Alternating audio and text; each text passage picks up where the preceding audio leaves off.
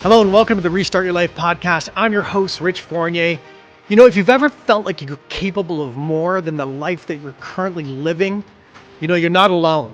See, your life can change faster than you think it can when you fully understand how your mind actually works. See, most people aren't stuck because of a lack of information.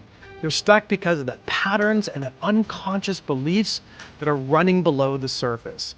On this podcast, we're going to break down the science of human performance so that you can rewire old patterns, eliminate the beliefs that are holding you back, and you can start creating the results you know that you're capable of. So let's dive in. You see, your income has a ceiling, not the one the market has set, not the one your industry has set, not the one the economy is saying it is. It's the one you set. And most people never know it's there. They just keep bumping up against it year after year, working harder, grinding longer, and trying new tactics. And then eventually they arrive back at roughly the same number year over year. See, the ceiling is not in your strategy. It's not in your niche. It's not in your scripts or your systems. The ceiling of your income is in your self-image. And until that changes, the number doesn't.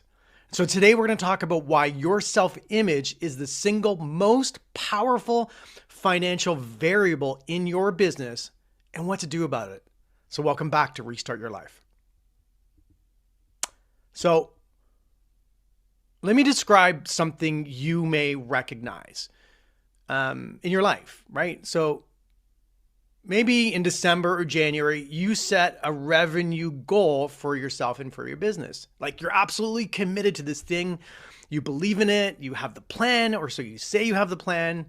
And maybe you hit, let's say 70 to 80% of it consistently year after year. Or maybe you have a breakthrough quarter, right? And then you finally crack a number you've been chasing. And instead of that becoming your new floor, it becomes your peak. And the following quarter then regresses and you actually do a lot less. Or maybe you attract a certain quality of client. And then when you encounter prospects who represent a significant step up from what you normally attract, or maybe it's in deal size and stature maybe, or in what you're charging, right? Something shifts. Maybe you start to discount. You shrink. You become someone slightly less than who you usually are. See, none of this is about skill and none of this is about the market. It's actually about your self-image. And most high performers have no frameworks for understanding what self-image actually is, let alone how to change it.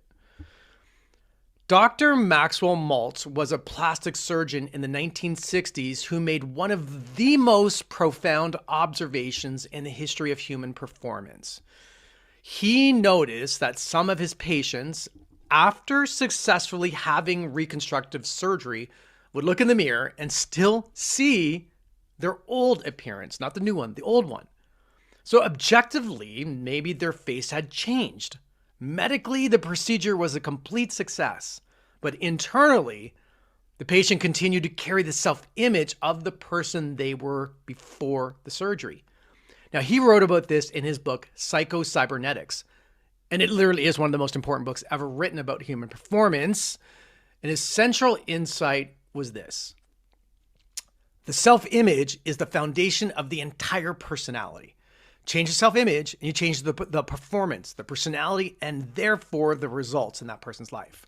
See, the self-image is not your confidence level on a given day. It's not your mood. It's not how you feel about yourself after a good week. The self-image is your subconscious definition of who you are, the deep internal picture you carry of yourself. It's your capabilities, your worthiness, right? Your identity in the performance context. And here is the mechanism that actually matters. See, the brain operates as a cybernetic mechanism, a system. It's a self-correcting mechanism, kind of like a guided missile, right? It's always seeking alignment with its target. But the target it seeks is not your stated goal. The target it seeks and is going after is the self-image. See, your brain will always inevitably find a way to produce results consistent with your self-image. And it always, inevitably, and it always will find a way to either resist or reverse the results that are inconsistent with its self-image. See, your self-image is the income target, and the market is irrelevant until the self-image changes. So let me give you a framework for understanding how self-image directly produces your financial results in your business. There are 4 key mechanisms, right? So first is pricing and positioning. What you charge is in direct reflection of how you see yourself, not your value to the market, how you see yourself. Every time you discount without being asked, every time you offer the lowest tier offer first, every time you apologize for your price before the prospect has even heard it, you're not responding to the market, you're responding to your personal self-image. See, the market doesn't set your price, you do. And you set it at the level your self-image considers appropriate. Secondly, the rooms you enter and how you show up in them, right? See, your self-image determines who you believe you belong in conversation with. It determines whether you pursue certain prospects or you avoid them, whether you position yourself as a peer to high-level decision makers, or maybe you unconsciously defer to them, whether you are someone who commands the room or you wait to be invited into it. See, high performers with low self-images find sophisticated, invisible ways to avoid the rooms where the biggest opportunities live. Thirdly, the inconsistency of your output, right? So your self-image determines what feels sustainable to you at a performance level. See, a person with a low self-image in the revenue context will find it genuinely uncomfortable to sustain high output activity for extended periods of time. Not because they're lazy, but because sustained high performance is inconsistent with how they see themselves. And so the subconscious starts to create the conditions to reduce the activity. It creates distraction. It starts to rationalize drama. See, the self-image always maintains its set point in both directions. Lastly, what you believe you deserve in your life. This is the deepest one, right? And it operates beneath all of the others. Now, this framework is really important. So pay attention here. There is a level of financial success that at the subconscious level, you believe you deserve. Not the level you consciously desire, but the level you believe in your bones. Like what you believe is appropriate for a person like you. And your results that you are currently creating in your life will converge on that number with remarkable consistency. It doesn't matter if the strategy, the market conditions, or your effort level. See, this is the self-image lock on your income, and it is the most important variable or lever in your financial trajectory. So I want you to think about the entrepreneurs and salespeople you know who are clearly talented, right? They're clearly capable. Maybe you're clearly talented. Maybe you're clearly capable. And if you look around, these people who are really talented, maybe they're earning significantly below their capability level. And I want you to contrast them, right, with people who may not be dramatically more skilled, but who are earning at a completely different level. What's the difference? Doesn't this drive you crazy? It drives me crazy. But like, what is the difference? It almost is never about the strategy, the business tactic.